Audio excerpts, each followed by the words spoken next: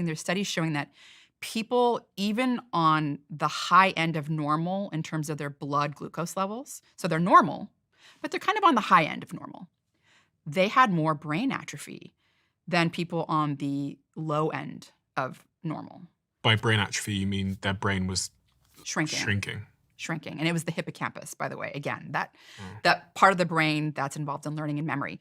So the glucose itself has this effect on causing damage and accelerating the aging process. But then there's this other very interesting effect of these chemicals that are made as a byproduct of being in ketosis, and that is the beta-hydroxybutyrate, that ketone body, gets into the brain. It's transported across the brain through an MCT transporter. And when it gets into the brain, it can be used as energy, and your neurons don't need to use glucose. And it can do that. So your neurons can use glucose as energy, but it takes energy to use that glucose to make energy.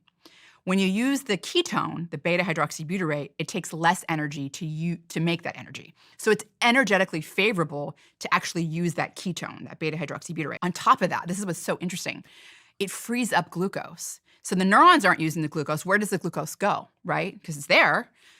It sort of shunts it into this other pathway that's called the pentose phosphate pathway. I don't want to, burden people with all those technical details, but let's get to the important part of that, is that it shunts glucose into this pathway that makes, essentially it's precursors that make what's called glutathione, the major antioxidant in the brain.